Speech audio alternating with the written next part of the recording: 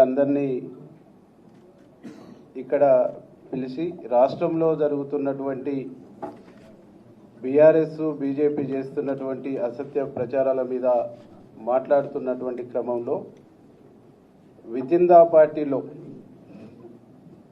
జరుగుతున్నటువంటి పరిణామాల మీద కూడా గౌరవ విప్పులు, గౌరవ ఎమ్మెల్యేలు, ఎమ్మెల్సీలు అందరం కూడా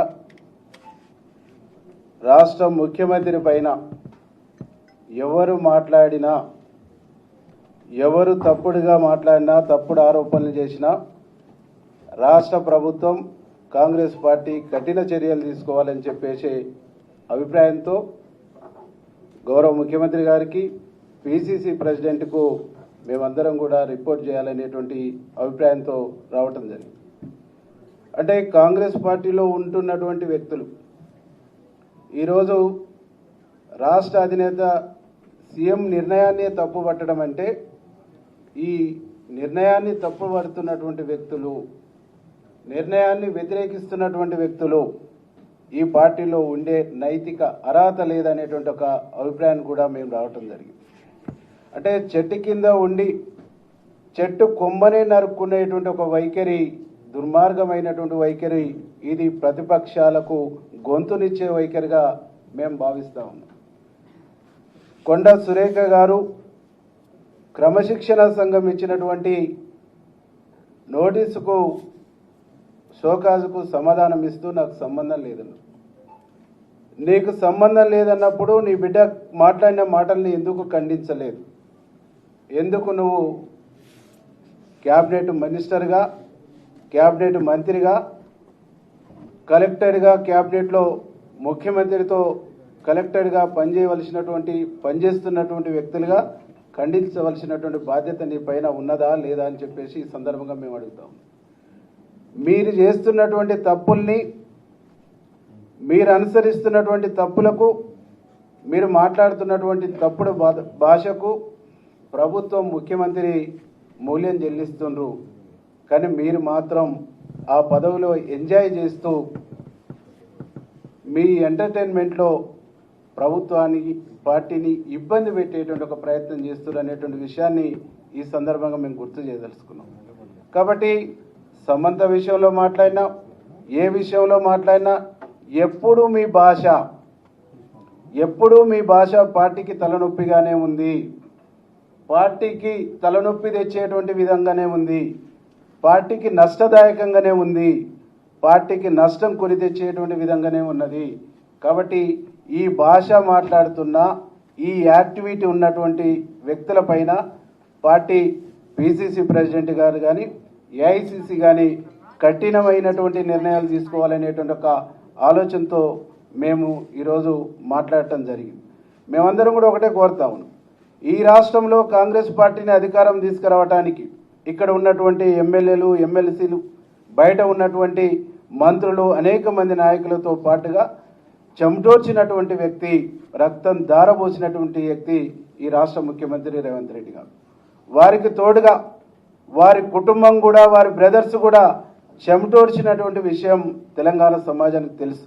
కానీ పనిగట్టుకొని ప్రతిపక్షాలు వారిని వీక్ చేయడానికి ప్రయత్నం చేస్తాయి, ప్రతిపక్షాలు వారి మీదనే దాడి చేస్తుంటాయి. వితిన్ ద పార్టీలో ఉన్న కొంతమంది వివిధ జిల్లాలలో కావాలని ప్రభుత్వాన్ని, ముఖ్యమంత్రిని వీక్ చేసేటువంటి ఒక దుర్మార్గమైనటువంటి ఆలోచనతో పనిచేస్తూ ఉన్నారు. వారిపైన కఠినమైనటువంటి వైఖరితో, కఠినమైనటువంటి నిర్ణయాలు పార్టీలో ఉండాలని చెప్పేసి మేము పార్టీని కోరబోతా ఉన్నాం. దాంతోపాటుగా గౌరవ ముఖ్యమంత్రి గారు కూడా మేము విజ్ఞప్తి చేస్తూ ఉన్నాం, ఇట్లాంటి వ్యక్తులు పార్టీకి, ప్రభుత్వానికి నెత్తినొప్పిగా తయారైనటువంటి వ్యక్తుల్ని ప్రభుత్వం నుంచి, ప్రభుత్వ బాధ్యతల నుంచి తప్పించాలని కూడా మేము గౌరవ ముఖ్యమంత్రిని డిమాండ్ చేస్తూ ఉన్నాం. కాబట్టి ఎవరైనా పార్టీలో అంతర్గత ప్రజాస్వామ్యం ఉన్నప్పుడు పార్టీ వేదికలలో మాట్లాడుకోవాలి, సంబంధించినటువంటి వేదికలలో డిస్కషన్ చేయాలి, వారి అభిప్రాయాలకు సంబంధించిన వేదికలలో స్వేచ్ఛగా మాట్లాడుకునేటువంటి అవకాశం ఉన్నప్పటికీ కూడా ఆ స్వేచ్ఛ మితిమీరిపోయి మైక్ దొరికితే, బదాట్ల ఛాయిస్ వస్తే ఊగిపోయేటువంటి నేచరు, ఊగిపోయేటువంటి వైఖరు అది ఎవరు ప్రదర్శించినా అది పార్టీ నిబంధనలకు, పార్టీ నియమాలకు విరుద్ధమైనటువంటి చర్యగా మేము భావిస్తూ గౌరవ ముఖ్యమంత్రి పైన ఎవరు అసత్యమైనటువంటి ఆరోపణలు చేసినా వితిన్ ద పార్టీలో తప్పుడు పద్ధతుల్లో మాట్లాడినా ఏకవాక్యంతో సంబంధించిన పదాలు వాడినా కానీ ఉన్నటువంటి ఎమ్మెల్యేలు ఎవరు కూడా చూస్తూ ఊరుకోము అనేటువంటి ఒక విషయాన్ని ఈ సందర్భంగా మేము గుర్తు చేస్తాం.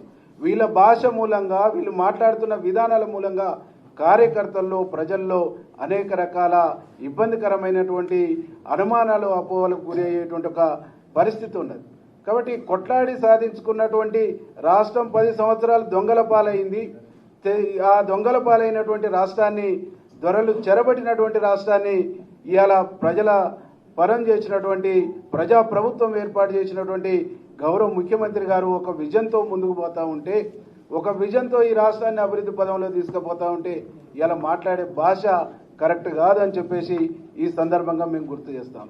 ఒక పార్టీ సభ్యుడు కానటువంటి వ్యక్తి, అనామకులైనటువంటి వ్యక్తి మా ఎమ్మెల్యేని పట్టుకొని అడ్డగోలుగా మాట్లాడటం అంటే ఇంతకంటే నీచమైనటువంటి లంపెన్ కల్చరు బహుశా ఎక్కడ ఉండదు. ఒక రాజకీయ కుటుంబం అనుకున్నప్పుడు రాజకీయ విలువల్ని పాటించాలి, రాజకీయ పద్ధతిని పాటించాలి, రాజకీయ గౌరవాన్ని కాపాడుకోవాలి. కానీ ఒక లంపెన్లాగా తాగుబోతుల్లాగా బజార్లకు వచ్చి మాట్లాడడం అంటేనే అది బజార్ కల్చరు, బజార్ సంస్కృతి అయితే తప్ప Congress party culture, Congress party సంస్కృతి కాదు అని చెప్పేసి ఈ సందర్భంగా మేము గుర్తు చేస్తాం. గౌరవ ముఖ్యమంత్రి పైన ఇప్పటి వరకు మీరు మాట్లాడినటువంటి మాటలకు బహిరంగంగా క్షమాపణ చెప్పాలి. బహిరంగంగా క్షమాపణ చెప్పకుంటే ఈ రాష్ట్రంలో ముఖ్యమంత్రి గారిని అభిమానించేటువంటి లక్షలాది మంది ఆగ్రహానికి మీరు గురిగాక తప్పదు అని చెప్పేసి హెచ్చరిస్తాం.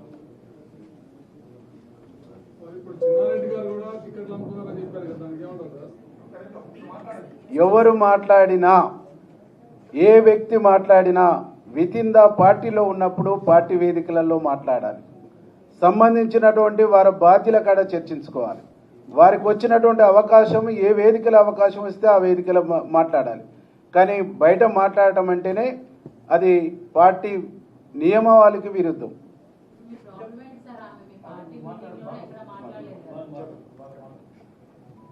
మీడియా మిత్రులందరికీ నమస్కారం. ఈ పత్రికా మీడియా సమావేశంలో పాల్గొంటున్నటువంటి విపులకు, శాసనసభ్యులకు, శాసన మండలి సభ్యులకు అందరికీ పేరు పేరున హృదయపూర్వక నమస్కారం. గత కొన్ని రోజులుగా పార్టీలో జరుగుతున్నటువంటి అంతర్గత విషయాలు, పార్టీ క్రమశిక్షణ ఉల్లంఘించిన వారిపై కఠిన చర్య తీసుకోవాలని చెప్పి మేమందరం కూడా కోరుతా ఉన్నాం. ఏకవచనం. ఎందుకంటే ఈ రాష్ట్రంలో 10 సంవత్సరాలు అనేక మంది కార్యకర్తలు వాళ్ళ కష్టార్జితం, వాళ్ళ రక్తాన్ని ధారపోసి రేవంత్ రెడ్డి గారి నాయకత్వంలో ఇవాళ కాంగ్రెస్ పార్టీ అధికారంలో తీసుకుని వచ్చినారు.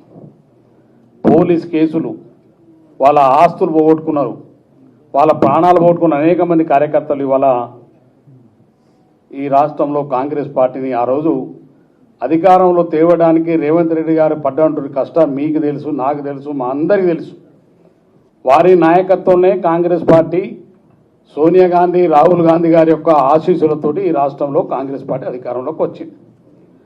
అధికారంలోకి వచ్చినటువంటి కాంగ్రెస్ పార్టీ ప్రభుత్వం చేపడుతున్నటువంటి సంక్షేమ కార్యక్రమాలు, అభివృద్ధి కార్యక్రమాల్ని ఆయా ఉన్నటువంటి క్యాబినెట్లో ఉన్నటువంటి మంత్రి వారి యొక్క కుటుంబ సభ్యులు మాట్లాడుతూ తీరుని గ్రామీణ స్థాయి కార్యకర్తలు కూడా అసహించుకునే